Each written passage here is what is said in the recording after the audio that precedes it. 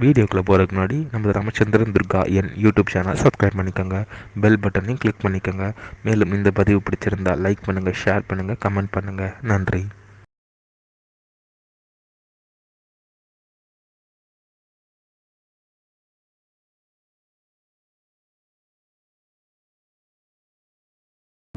ஸ்ரீகுருभ्यो நமः. ஹரி ஓம். ஸ்ரீ மகாகணாதிபதியே நமः. அனைவருக்கும் முதற்கண் கோடான கோடி நமஸ்காரங்கள், வணக்கங்கள், வந்தனங்கள். அனைவருக்கும் அன்பு கலந்த இனிய ஆசீர்வாதங்கள்.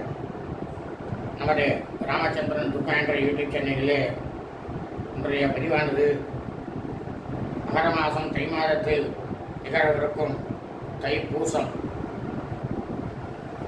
இந்த தைப்பூசம் என்ற நாளை பற்றி இந்த பதிவிலே மிகவும் விளக்கமாக சொல்ல இருக்கின்றோம். ஆகவே அனைவரும் இந்த பதிவினை ஆரம்பம் முதல் கடைசி வரை முழுவதுமாக பார்த்து தைப்பூச திருநாள் அன்று அதன் பிரகாரம் அனைவரும் தங்களது வாழ்க்கையை கடைபிடித்துக் கொண்டு வள்ளி தேவசேனா சுப்பிரமணியேஸ்வர சுவாமியுடைய பரிபூர்ண கிருபா கடாட்சத்தையும் அனைவரும் பெற்று வாழ்க்கையிலே அனைவரும் எவ்வித நோய் நொடி இல்லாமலும் மிக மிக க்ஷேமமாகவும் சௌக்கியமாகவும் சகல ஐஸ்வர்யத்துடனும் சத்சந்தான பாக்கியத்துடனும் புத்திர பாக்கியத்துடனும் இருக்க வேண்டுமாய் உங்கள் அனைவரையும் அன்புடன் வேண்டி கேட்டுக்கொள்கின்றேன். தைப்பூசம் அதாவது சோபகிரு வருஷம் மகர மாதம் தை மாதம் 11ஆம் நாள் 25/1/2024 வியாழக்கிழமை என்று தைப்பூச திருநாள். இந்த தைப்பூசத்தை பற்றி முதல்ல சொல்லிட்டா நீங்கள் நாம் எல்லாரும் என்ன பண்ணணுங்கிறத சொல்கிறோம். அப்படி என்ன முருகப்பெருமானுக்கு விசேஷம் இந்த தைப்பூசத்தில் அப்படிங்கிறத முதல்ல பார்க்கணும். என்னன்னா, வடலூர்ல வள்ளலார் என்னும் மகா சுவாமிகள் அவர் பிறந்தது தைப்பூசத்துல தான். அவர் ராமலிங்க அடிகளார், அவர் பேரு ராமலிங்கம். அவர் எல்லாருக்கும் யாருமே பசின்னு இருக்கக்கூடாது. ஒரு ஜனங்க கூட, ஒரு ஜீவராசி கூட, அதாவது விலங்குகளாக இருக்கட்டும், மனிதர்களாக இருக்கட்டும், யாராக இருக்கட்டும், யாருமே பசியோட இருக்கக்கூடாது அப்படின்னுட்டு இந்த ராமலிங்க அடிகளார் அவர் என்ன பண்ணார்னா, தன்னுடைய நலத்துல விதை விதைச்சி அதை எங்கேயுமே கொடுக்காம எல்லாருக்கும் அன்னம் போட்டு வந்தார். பசியெல்லாம் எல்லாருக்கும் பசியாக்கின முதல் சுவாமிகள் யாருன்னா ராமலிங்க அடிகளார் தான். வடலூர் ராமலிங்க அடிகளார் அவருக்கு வள்ளலார்னு ஒரு பட்டத்தை கொடுத்தார். அவருக்கு வள்ளலார்னா என்ன? வாரி வழங்கக்கூடிய வள்ளல். தனக்குண்டு எதுவும் கிடையாது, எல்லாமே ஜனங்களுக்காக அவர் வாரி வாரி வழங்கிண்டே இருந்தார். அப்போ அவருக்கு ஏகப்பட்ட பணக்காரர்கள் எல்லாருமா சேர்ந்துட்டு எங்களோட பங்கும் அதில் இருக்கட்டும் அப்படின்னுட்டு அவ எல்லாருமா சேர்ந்து அவளும் சேர்ந்து அதில் கொடுத்துட்டு இருந்தா. ஆனா இன்னி வரைக்கும் இந்த வடலூர் ராமலிங்க அடிகளார் வள்ளலாரனுடைய அந்த சமாதியில, அந்த ஆசிரமத்துல இன்னைக்கும் சரி அணையா அடுப்பானது இருக்கு. 24 மணி நேரமும் அடுப்பானது எண்ணிட்டே இருக்கும். யார் எப்ப போனாலும் யாருக்கும் சாப்பாடு இல்லைன்னு சொல்ற அளவுக்கு தாராளமா சாப்பாடு போட்டுருக்கா. வாழை இலையை போட்டுதான் சாப்பாடு போட்டுருக்கா. அது அவர் தான் ஆரம்பித்தார்.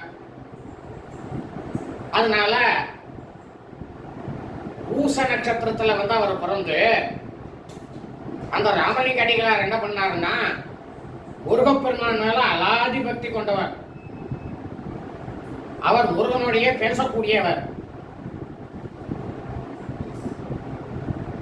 அவர் முருகன் கிட்டக்க வந்து கேட்டுட்டு எதை வேணுனாலும் யாருக்கு வேணாலும் ஒரு விபூதியை கையில் கொடுத்துட்டாருன்னா அந்த வியாதியானது நிவர்த்தி ஆயிடும். வெறும் ஒரு விபூதியாக கொடுப்பார், எப்படியேப்பட்ட வியாதியானாலும் நிவர்த்தி ஆயிடும். வள்ளலார் கையால் வாங்கிட்டாங்க. அந்த மாதிரி ஒரு அபார சக்தியானது இருந்ததுதான் அவர்கிட்டக்க. தர்மம் தான் அவருடைய சிந்தனைய, வேற எதுவும் சிந்தனையே கிடையாது அவருக்கு. வள்ளலார் ராமலி கடிகளா இருக்கு.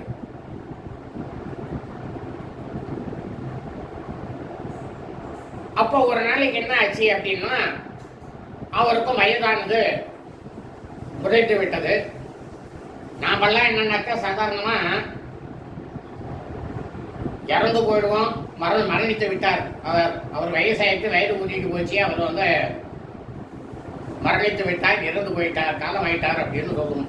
ஆனா அவர் எந்த மாசத்துல எந்த நட்சத்திரத்துல ஜென்ம நட்சத்திரத்துல பிறந்தாரோ வள்ளலார் சுவாமிகள் அதே அவர் பிறந்த ஜென்ம நட்சத்திரம் இந்த தைப்பூசத்துல முருகப்பெருமான் என்ன பண்ணார்னா ஜோதி ரூபமாக தங்கட்டுக்கையே அவர் வந்து ஐக்கியமாக்கிட்டு போயிட்டார். அதுதான் இந்த தைப்பூசத்தினுடைய விசேஷமே.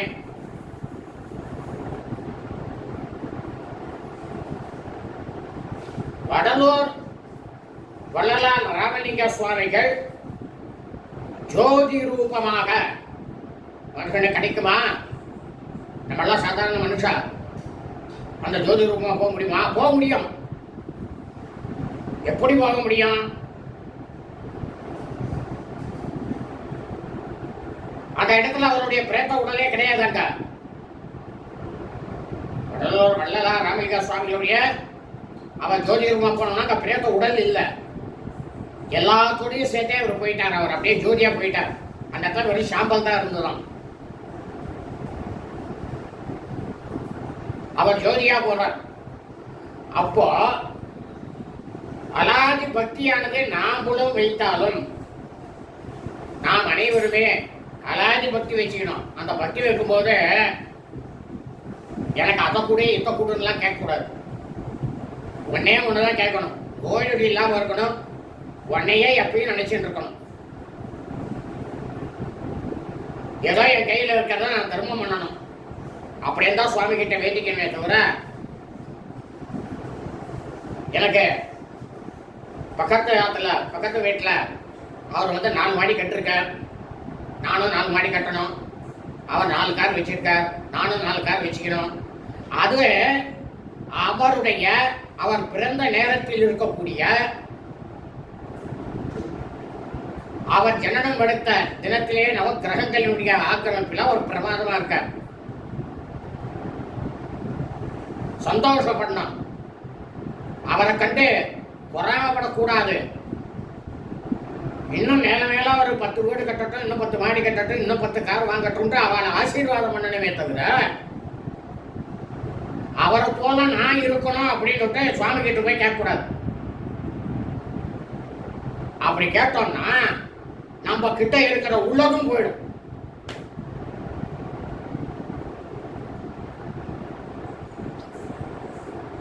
அவர் பூர்வ ஜென்மத்து புண்ணியத்து பிரகாரம் அவர் அனுபவிக்கிறார் சந்தோஷம். நாம் நமது பூர்வ ஜென்மத்தின் புண்ணியமாக நாம் அனுபவிக்கிறோம், அதுவும் சந்தோஷம். இப்படித்தான் நினைக்கணும் ஒவ்வொரு மனிதனும். ஆனா இன்னைக்கு அப்படி யாருமே நினைக்கிறது கிடையாது.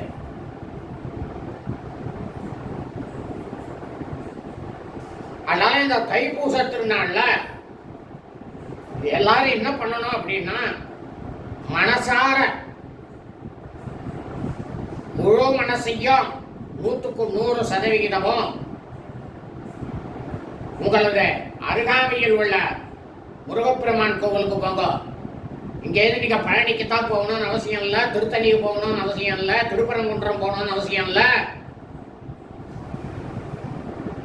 எங்கதான் நீங்க வந்து வெளியூருக்கு போயிட்டு அங்க போய் தான் முருகரை பார்க்கணுங்கிற அவசியம் கிடையாது. உங்க இல்லத்துக்கு அருகாமையில இருக்கிற முருகப்பெருமானை பார்த்தாலே அங்க இருக்கிற முருகப்பெருமானை பார்த்த பலனானது உங்களுக்கு வந்து சேரும். அதை விட ரொம்ப முக்கியம், நித்தியமே வந்து நம்ம கிரகத்தில் நம்ம வீட்டில் வந்து விளக்கேத்தாம சுவாமியை வந்து வேண்டிக்காம எந்த கோவிலுக்கு போனாலும் ஒரு பிரயோஜனமும் இல்லை. அததான் சாஸ்திரமே சொல்றது. வேத சாஸ்திரமா தான் சொல்றது, தர்மசாஸ்திரமா தான் சொல்றது. முதல்ல வீட்டில் இருக்கிற சுவாமியை வந்து பூஜை பண்ணி சுத்தி பண்ணிட்டு தான் அதுக்கப்புறமா தான் கோவிலுக்கே போகணும். வீட்டில் இருக்கிற சுவாமியை நம்ம எதுவும் கவனிக்கிறது கிடையாது.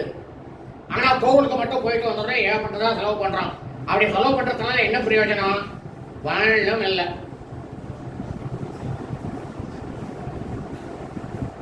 முதல்ல வீட்டில் இருக்கிற தெய்வத்தை வந்து எல்லாரும் வணங்கணும்.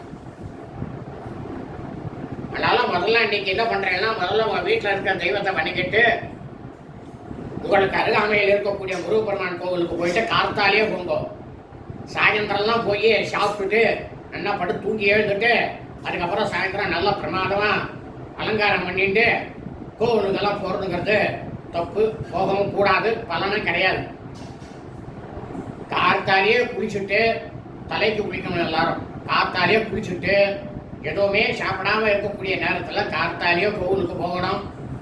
அங்கே போய் முருகப்பெருமானுக்கு அபிஷேகம் நடக்கும். பால் வாங்கி கொடுக்கலாம், பஞ்சாமிரத்துக்கு தேவையான பழங்கள் வாங்கி கொடுக்கலாம், தேன் வாங்கி கொடுக்கலாம், அரிசி மாவு வாங்கி கொடுக்கலாம், கரும்பச்சாறு வாங்கி கொடுக்கலாம், பூரி வாங்கி கொடுக்கலாம், சந்தனம் வாங்கி கொடுக்கலாம், பன்னீர் வாங்கி கொடுக்கலாம், எல்லாத்தையும் வாங்கி கொடுக்கலாம். இல்லை எங்களுக்கு ஒரு வருஷம் பண்டிகை கிடையாது, நாங்கள் என்ன பண்ணுறது? அவளும் வாங்கி கொடுக்கலாம். அவளும் தாராளமாக பொருளாக வாங்கி கொடுக்கலாம். உங்களை கோவிலுக்கு போகக்கூடாதுன்னு எந்த சாஸ்திரத்திலையும் சொல்லவே இல்லை. ஒரு வருஷத்துக்கு அந்த 10 நாள் மட்டும்தான் இந்த தீட்டுகள் இருக்கிற வரைக்கும் தான் கோவிலுக்கு போகக்கூடாது. ஆனால் கோவிலுக்கு போய் உங்க குடும்பத்து பேர்ல அர்ச்சனை பண்ணக்கூடாது. இந்த ஒரு வருஷம் பண்டிகை இல்லாதவா மட்டும்.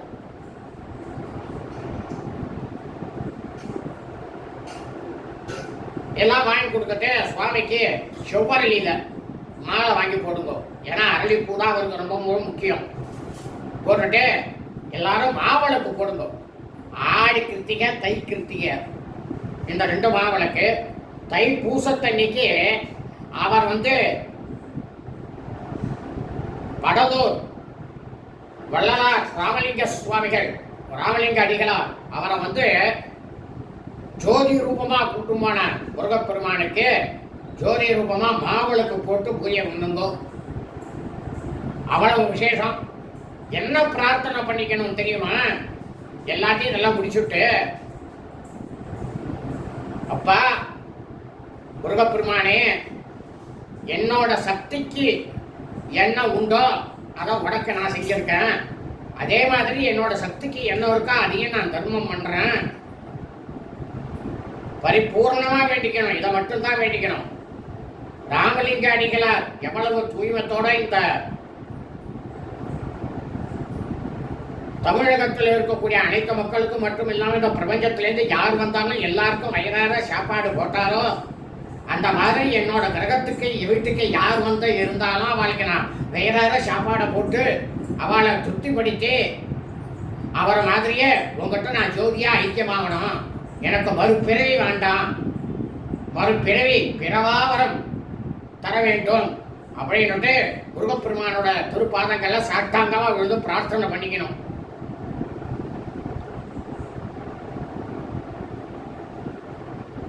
இந்த மாதிரி ஒருத்தர் பிரார்த்தனை பண்ணா போறாது. முழு மனசோட இருந்துட்டு ஏகப்பட்ட பேர் மொத்த பேரும் பிரார்த்தனை பண்ணணும். கூட்டு பிரார்த்தனை முன்னதான் இந்த பிரபஞ்சத்தில் இருக்கிற எல்லாரையும் நோய் நொடி இல்லாம வச்சுக்கும். பஞ்ச பூதங்களுடைய ஆக்கிரமிப்பானது குறையும். அவளும் சந்தோஷமா இருப்ப. இந்த மாதிரி நாம எல்லாரும் செய்யணும்ட்டு உங்க எல்லாரையும் தைப்பூசத்தன்னைக்கு தயவு செஞ்சு இந்த வீடியோவில் என்னென்னலாம் சொல்லியிருக்கோமோ அதன் பிரகாரம் தாராளமா செய்யுங்க. செஞ்சுட்டு வள்ளி தேவசேனா சுப்பிரமணியேஸ்வர சுவாமியுடைய பரிபூர்ண கிருபா கடாட்சத்தையும் பரிபூர்ண ஆசியையும் அனைவரும் பெற்று தங்கள் வாழ்விலே அனைவரும் நோய் நொடி இல்லாமலும் மிக மிக மிக மிக க்ஷேமமாகவும் சௌக்கியமாகவும் சகல ஐஸ்வர்யத்துடனும் சத்சந்தான பாக்கியத்துடனும் இனி பிறவா வரம் வேண்டும் என்ற வடலூர் வள்ளலார் ராமலிங்க சுவாமிகள் எப்படி ஜோதி சுரூபமாக முருகப்பெருமானுடைய திருவடிகள் ஐக்கியமானாரோ அதே மாதிரி நாம் அனைவரும் ஐக்கியமாவோம் என்று அனைவருக்கும் சொல்லிக் கொள்கின்றோம். சுப அஸ்தோ.